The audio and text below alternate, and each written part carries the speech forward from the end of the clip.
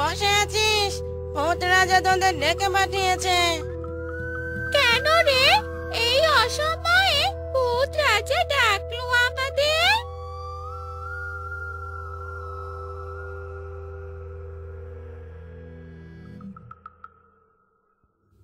তখনই চার পেতনি মিলে ভূত রাজার কাছে যায়, আর তাদের দেখে ভূত রাজা অনেক রেগে যায়। তোরা এই ভূত রাজ্যের মান সম্মান কিছু রাখলি না। তোরা চারজনে মিলে কি শুরু করেছিস? তোরা নাকি সবার থেকে মাছ চুরি করে খাওয়া শুরু করেছিস। তোদের আর এই ভূত রাজ্যে কোনো জায়গা নেই। ভূত রাজা, আমাদের রাজ্য থেকে বের করে দেবেন না দয়া করে। আমরা তো পেতনি, আমরা বাইরে গেলে থাকবো কিভাবে? সেটা তোদের আগে ভাবতে হতো, এখন আর কিছু করার নেই। তখন ভূত রাজা চার পেতনিকে ভূত রাজ্য থেকে বের করে দেয়, আর তারা গিয়ে পড়ে মানুষের রাজ্যে। আমরা তো মানুষের রাজ্যে চলে এসেছি, কিন্তু এখানে আমরা মাছ কোথায় পাবো? আমার যে খুব মাছ খেতে ইচ্ছে করছে। তখনই বৃষ্টি শুরু হয়, আর চার পেতনি মিলে সে বৃষ্টিতে ভিজে নাচতে থাকে। তারপর হারু তার জাল নিয়ে বাহিরে যায়, আর সে মাছ মারতে থাকে। তখনই সে পেতনিরা হারুকে দেখতে পায়। ওই দেখ, কি সুন্দর একটা ছেলে! দেখে তো জেলে মনে হচ্ছে। আমরা যদি ওর বাড়িতে যেতে পারি, তাহলে প্রতিদিন মাছ খেতে পারবো। কিন্তু কিভাবে সেটা? শোন তাহলে, চল আমরা ওই পুকুরে ডুব দেই, আর ওই জেলের জালে উঠে পড়বো।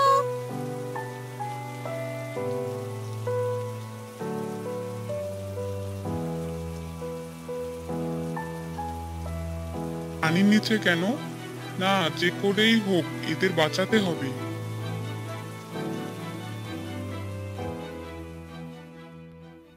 তোমরা কারা? এই পুকুরে কি করো? তোমরা কি জলপরি নাকি? আমরা হলাম এতিম চার বোন, পাশের গ্রামেই থাকতাম, কিন্তু আমরা এতিম বলে আমাদের অজ্ঞান করে এই পুকুরে ফেলে গিয়েছিল। তুমি আমাদের একটু থাকার জায়গা দিতে পারো? কিন্তু আমি তোমাদের কি খেতে দেব? আমি জেলে, দিন আনি দিন খাই, তবুও মাছ ভাত। আমাদের ভাত লাগবে না, শুধু মাছ হলেই হবে। তারপর হারু তাদের চারজনকে নিয়ে বাড়ির পথে হাঁটতে থাকে, আর মনে মনে বলতে থাকে। সবাই আমাকে বলতো আমি নাকি বউ পাবো না।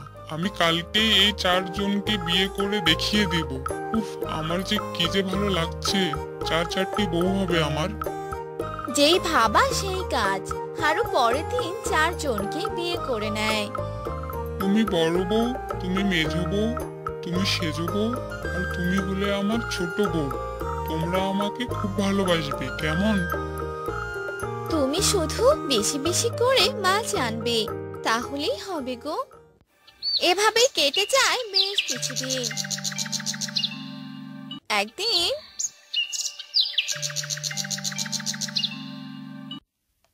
কোথায় তোমরা, বড়, মেজ, সেজ আর ছোট বউ? কি গো, কি হলো?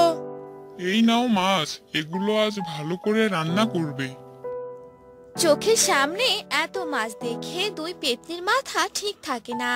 তারা সেখানে হাত লম্বা করে তাজা মাছ খেতে শুরু করে। সেজ বউ, ছোট বউ, তোমরা কাঁচা মাছ খাচ্ছ? ছি! আর সেজ বউ, তুমি হাত লম্বা করলে কিভাবে? কোথায় না তো, ওরা তো শুধু সুখে দেখছিল মাছগুলো টাটকা কিনা। তোমাকে ডাক্তারের কাছে নিয়ে যেতে হবে, চোখে কম দেখছো আজকাল।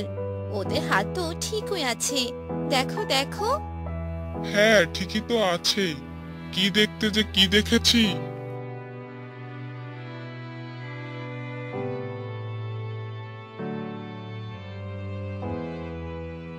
আর একটু হলেই তো ধরা পড়ে যেতাম। তোরা যে কি করিস না, নে এবার যত ইচ্ছে খা। এভাবেই কেটে যায় বেশ কিছুদিন। একদিন চার পেতনি গাছের সাথে পা উল্টো করে ঝুলে যায় আর গল্প করতে থাকে।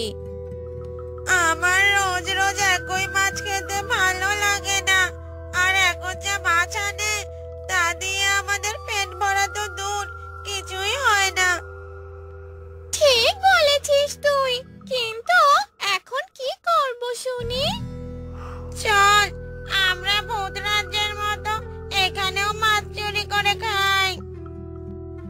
না, এ কাজ করা যাবে না, তাহলে সবাই মিলে এখান থেকে তাড়িয়ে দেবে। আরে শোন সবাই, ওই হারুর রূপ ধরে মাছ চুরি করব, সবাই হারুকে চোর ভাববে।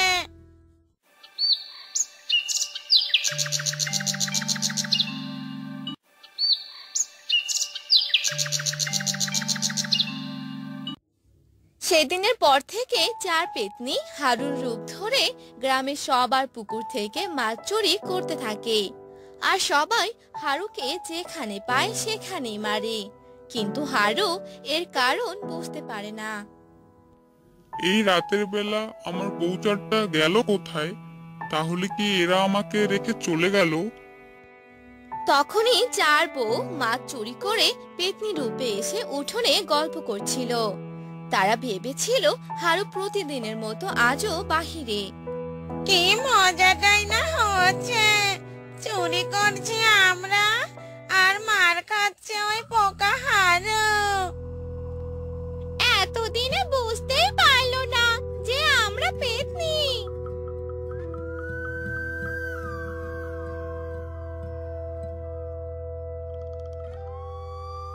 হারামজাদি পেতনি তোরা, আজ তোদের রক্ষে নেই, তোদের জন্য কম মার খাইনি। না গো, তুমি আমাদের ভুল বুঝো না, আমাদের ক্ষমা করে দাও। দাঁড়া। তখনই হারু ঘরে যায় আর ঘর থেকে আগুন নিয়ে আসে আর পেতনিদের শরীরে আগুন লাগিয়ে দেয়। আর আগুন দেখে পেতনিরা সেখান থেকে পালিয়ে যায়। হায় রে।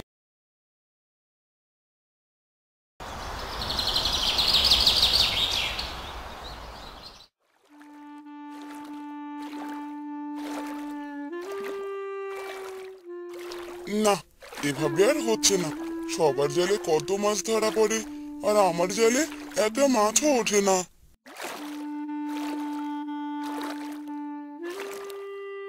কি রে নদাই, তোর ঝুড়ি দেখি ফাঁকা, একটা মাছও পাসনি বুঝি? না দাদা, জালে তো একটা মাছও ওঠেনি। সেই কখন থেকে জাল ফেলেই যাচ্ছি। এত অধৈর্য হলে হবে না, সময় দিতে হবে তো। তাহলে অযথা তোমার সাথে কথা বলে সময় কেন নষ্ট করছি, আমি যাই। এরপর নদাই আবার নদীতে মাছ ধরতে থাকে।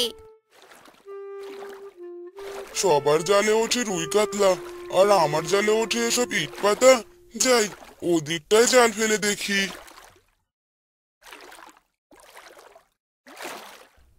এরপর নদাই নদীতে আবার জাল ফেলে আর জালে একটি পোনা মাছ ওঠে।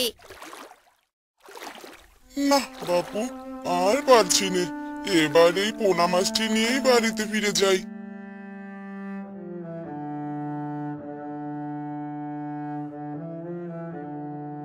এরপর নদাই সেই পোনা মাছ হাতে নিয়ে বাড়ি ফিরে আসে।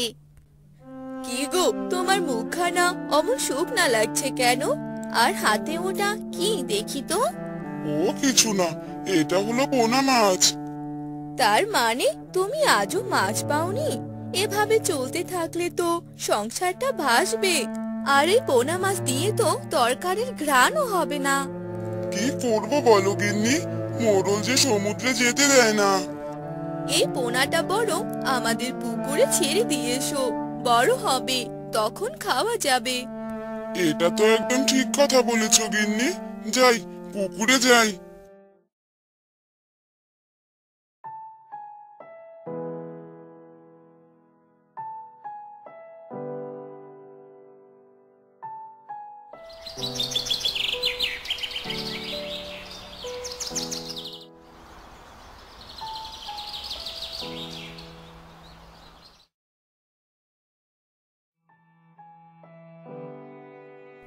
এভাবে আর কতদিন? শোনো, তোমায় একটা কথা বলি, তুমি বরং আমাদের পুকুরে মাছ চাষ করো। বললেই কি হয়ে যায়? মাছ চাষ যে অনেক টাকার ব্যাপার গিন্নি, এত টাকা এখন কোথায় পাবো? বলি কি, বিয়ের সময় তো অনেক গহনা উঠেছিল, এগুলো বিক্রি করে মাছ চাষ করো, পরে না হয় আবার গড়িয়ে দিও। বললেই কি হয়ে যায়? মাছ চাষ করতে যে অনেক টাকার প্রয়োজন, এত টাকা এখন কোথায় পাবো?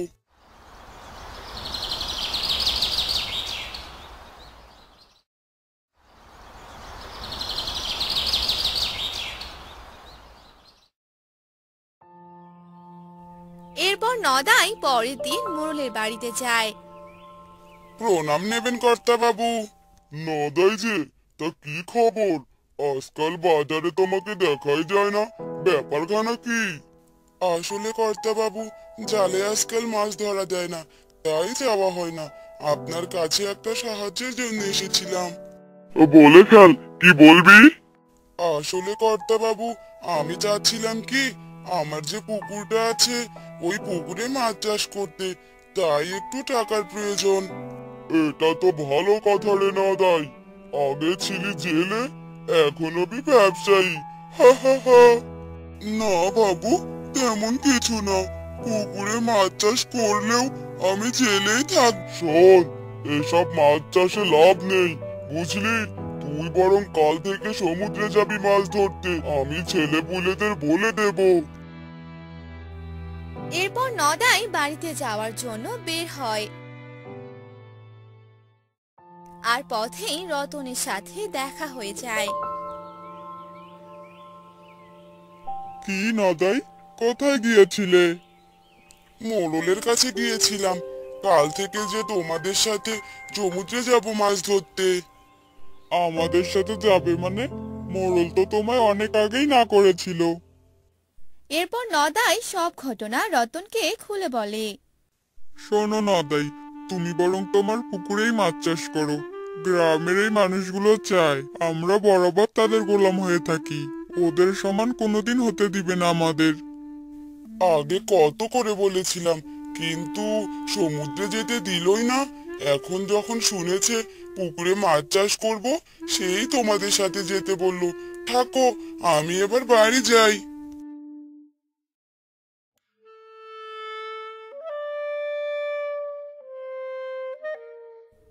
এরপর নদাই বাড়িতে চলে আসে। গিন্নি, ও গিন্নি, কোথায় গেলে? না, সারা বাড়ি খুঁজলাম, কোথাও তো নেই। গিন্নি, ও গিন্নি। আরে দেখে যাও, কোথায় গেলে? পুকুর পাড়ে কেউ ডাকছে মনে হচ্ছে, দেখি তো গিয়ে।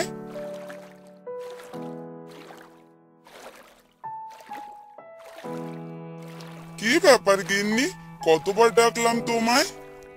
আরে পুকুরে তাকিয়ে দেখো, পুকুরে কত মাছ, পুকুরে এত পোনা মাছ কোথা থেকে এলো? আরে তাই তো, আমি তো শুধু একটি পোনা মাছই ছেড়েছিলাম, এসব তাহলে ওই পোনা মাছের ডিম থেকেই হয়েছে। এই মাছ বাজারে বিক্রি করলে অনেক ভালো দাম পাওয়া যাবে গিন্নি। হ্যাঁ গো, পোনা মাছটি যে আমাদের কপাল খুলে দিল, আমাদের আর অভাব থাকবে না, আর তোমাকেও কোথাও মাছ ধরতে যেতে হবে না।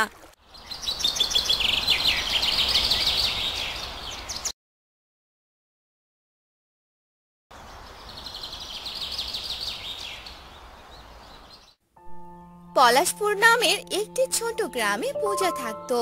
পূজা ছিল অনাথ, কলা বিক্রি করে কোনো রকম পূজা চলতো। একদিন সেই গ্রামে অনেক জোরে ঝড় বৃষ্টি হয়, যার কারণে পূজার বাড়িটি ভেঙে যায়। পূজা কোনো রকম নিজের প্রাণ বাঁচায়। হে ঈশ্বর, এ কি হয়ে গেল? আমার শেষ আশ্রয়টুকু কেড়ে নিলে, এখন আমি কোথায় যাব, কি খাবো? তুমি আমার আশ্রয় কেড়ে নিয়েছো, এখন তুমি আমার আশ্রয়ের ব্যবস্থা করে দাও। এসব বলে পূজা অনেক কান্না করে, আর তার মাসির কথা মনে পড়ে। লক্ষ্মীনগর নামে পাশের গ্রামে তার মাসি থাকতো। পূজা তখনই তার মাসির বাড়ি যাওয়ার জন্য রওনা দেয়।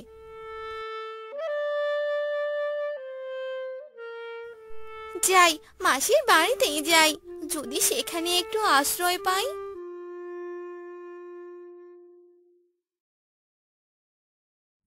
এই বলে পূজা তার মাসির বাড়িতে যায়।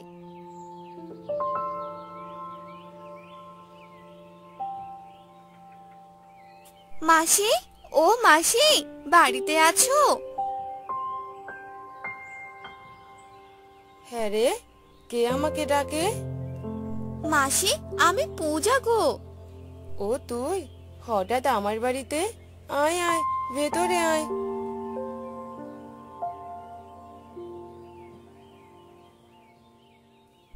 মাসি, ঝড় বৃষ্টিতে আমার বাড়ি ভেঙে গেছে, আমার শেষ আশ্রয়টুকু আর নেই। কোনো রকম নিজের প্রাণ বাঁচাতে পেরেছি, তাই তো তোমার কাছে এলাম। আমাকে একটু আশ্রয় দাও না মাসি, তোমার বাড়িতে। ঠিক আছে, থাকতে দেব তোকে, কিন্তু বসে বসে খাওয়াতে পারবো না তো বাপু। আমার এখানে থাকতে হলে তোকে কাজ করে খেতে হবে। আচ্ছা মাসি, আমি সব কাজ করব, তোমাকে কোনো কাজ করতে হবে না। ঠিক আছে, আর শোন, তোর বোন নীলুর যখন যা লাগবে এনে দিবি, নীলুরও সব কাজ করে দিবি। আচ্ছা মাসি, তুমি কোনো চিন্তা করবে না, আমি সব কাজ করব তোমাদের। তারপর সেখানে নীলু আসে আর বলে, কি হয়েছে মা, কে এসেছে? দেখ নীলু, তোর বড় মাসির মেয়ে পূজা এসেছে। ঝড় বৃষ্টির কারণে ওর বাড়ি ভেঙে গেছে, তাই এখানে আশ্রয় নিতে এসেছে।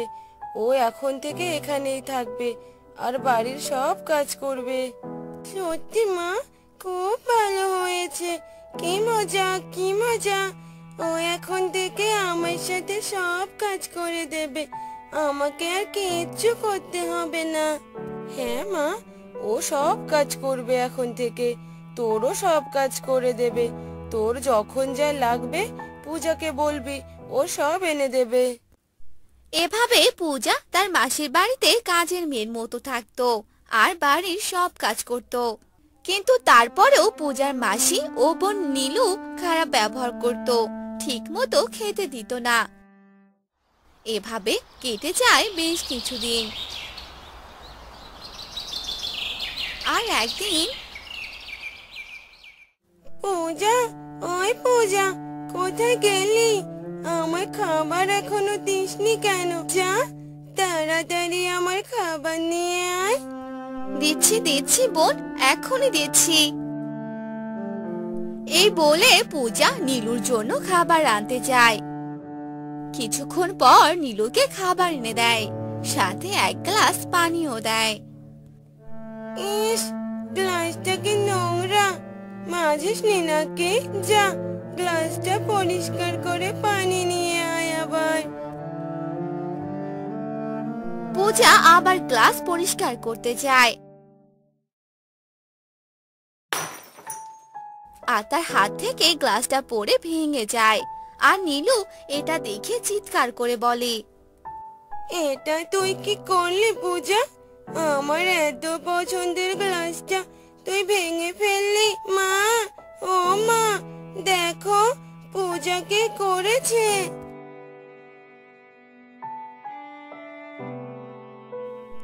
এরপর পূজার মাসি এসে দেখে পূজার গ্লাস ভেঙেছে।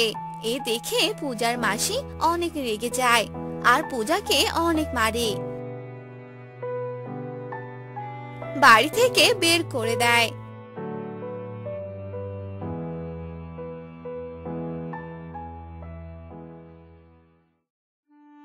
তারপর পূজা বনে একটি গাছের নিচে বসে কান্না করতে থাকে।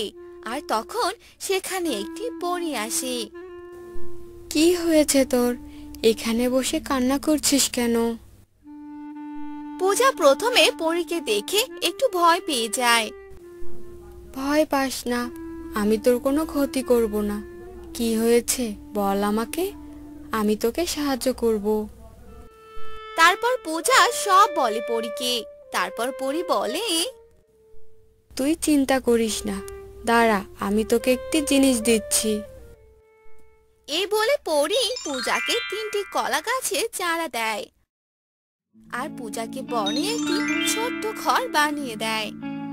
কলা গাছ দিয়ে আমি কি করব পরী? এই তো কলা গাছের ছোট চারা, বড় হতে তো অনেক সময় লাগবে। এ কোনো সাধারণ কলা গাছ নয় রে, এ হলো জাদুই কলা গাছ।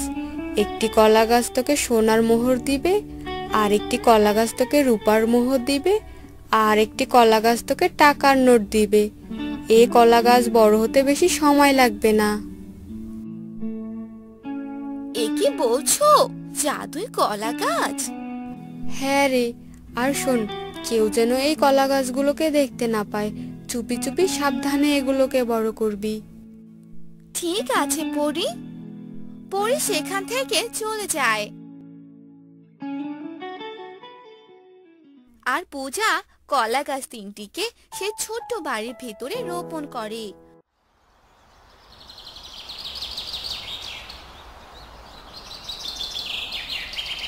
পূজা প্রতিদিন কলা গাছে পানি দেয় আর খুব তাড়াতাড়ি কলা গাছ 3টি বড় হয়ে যায়। সত্যি তো, খুব তাড়াতাড়ি কলা গাছ 3টি বড় হয়ে গেছে। এখন দেখি তো পরীর কথা মতো কলা গাছ 3টি সোনা রূপা টাকা দেয় কিনা। এই বলে পূজা কলা গাছ 3টির কাছে যায় আর এক এক করে 3টি কলা গাছকেই বলে সোনা রূপা আর টাকা দিতে। পরীর কথা মতো ঠিক 3টি কলা গাছ তাকে এক এক করে সোনা রূপা টাকা দিয়ে দেয়। পূজা এসব নিয়ে একটি সুন্দর বাড়ি বানায় আর গ্রামের গরিব দুঃখীদেরকেও সাহায্য করে।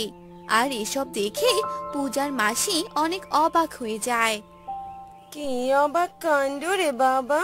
এত তাড়াতাড়ি পূজা কিভাবে এত বড় লোক হলো? দেখতে হচ্ছে তো ব্যাপারটা। তারপর পূজার মাসি পূজার উপর নজর রাখে। পূজা কি করে, কোথায় যায়, পূজার মাসি দেখতে পায় ওই 3 কলা গাছ থেকে পূজা সোনা রূপা টাকা নেয়। সেগুলো নিয়ে পূজা সেখান থেকে চলে যায়। ও, এই ব্যাপার তাহলে। ও তো দেখি জাদুর 3 কলা গাছ। আমিও যাই, গিয়ে ওই 3 জাদুর কলা থেকে সোনা রূপা টাকা নিয়ে আসি। আমিও অনেক বড় লোক হব। সোনা রূপা টাকা এসব নিয়ে ওই 3 কলা গাছকে কেটে ফেলবো। পূজার কিছুই নিতে পারবে না। এই বলে পূজার মাসি সেই 3 কলা গাছের সামনে যায় আর যেতেই সেখানে পরী চলে আসে। তোর এত বড় সাহস, তুই এখানে এসেছিস কলা গাছ কাটার জন্য? তোর এত লোভ! আমার ভুল হয়ে গেছে পরি, আর কখনো এমন কাজ করতে যাব না, লোভ করব না। আমাকে ক্ষমা করে দাও। না, তোর এই ভুলের কোনো ক্ষমা নেই, তোকে শাস্তি পেতেই হবে। আমি তোকে অভিশাপ দিচ্ছি, তুই সারা জীবন এখানে কলা গাছ হয়ে থাকবি, কিন্তু তুই হবি সাধারণ কলা গাছ। এই বলে পরী সেখান থেকে চলে যায় আর পূজার মাসি কলা গাছ হয়ে সেখানে থাকে। আর অন্যদিকে পূজা সুখে শান্তিতে থাকতে লাগে।